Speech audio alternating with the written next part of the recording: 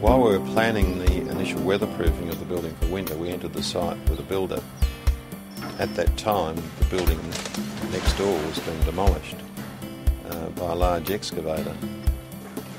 The operator came over and said, "For a carton of beer, mate," he said, "I can knock it down for you." When I told him it was probably the earliest remaining inn in South Australia, his attitude changed, and I think that probably says something about men and pubs, really.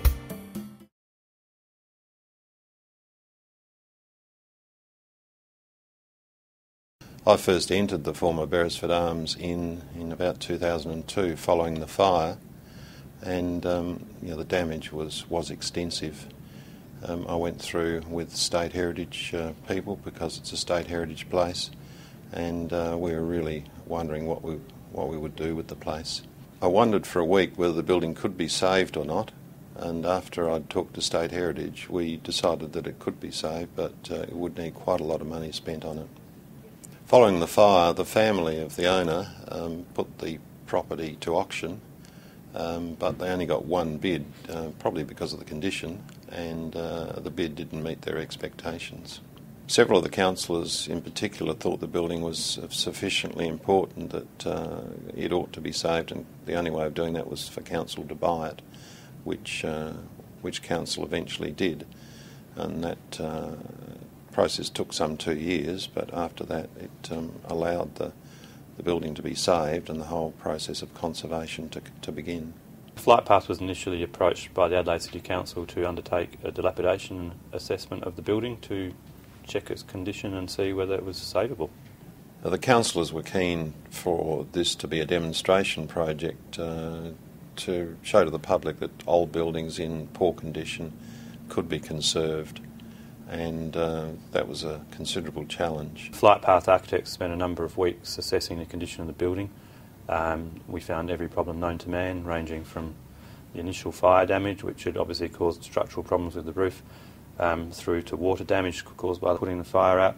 There was rising damp and salt attack, falling damp due to blocked gutters and leaking roofs. Some of the walls were leaning through a combination of soil conditions and tree roots. We found termites, rotten timbers, broken glass. The whole gamut of conservation issues were there. So over a number of weeks we documented the condition and the location of those problems, and then undertook a photographic survey as well, so that it was a record of the building when we took over. Once we had all that information together, it was given to a cost consultant to work out, a cost to conserve the building. We had several meetings with the adjoining residents and State Heritage just to try and consult with them and see what they wanted done with the building. Generally they wanted a use that suited the age and character of the building, which suited our aims as well. And I think it's a wonderful idea that you're restoring it, even though it's a long project. The end result will be a great credit to the Adelaide City Council. If we can get the iron pulled back this way and perhaps pop rivet it just to hold it in position. We can silicon that, or can proper, just so we've got enough fall for it to drain whether there's any leaks in it. Yeah.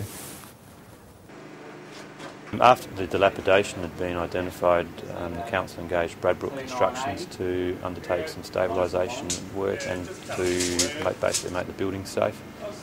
Some of the roof structure was propped to prevent it collapsing, and a number of roof sheets were replaced and gutters patched up so that water would drain away from the building. The intent of that was to hold the building in a reasonable state before major conservation works could be undertaken. One of the problems was to secure the building against the weather, but also against squatters and other people that wanted to damage the place. And after repeated efforts to secure it, the squatters finally went elsewhere. Once the council had set a budget for the project, we then needed to determine a scope of work and priorities for how the money was going to be spent. In collaboration with the Adelaide City Council and Department of Environment and Heritage, we looked at a range of different approaches for different parts of the building and different aspects of the fabric, and then came up with an agreed scope and conservation philosophy. That enabled us then to prepare some basic tender documents for the project, which were then put out to 3 builders for tendering. As part of Council's due diligence, a number of soil tests were undertaken before they bought the site. One of those soil tests revealed higher levels of termiticide than was acceptable in the back room. After that, we got advice that the soil needed to be taken away to a landfill site and the room backfilled.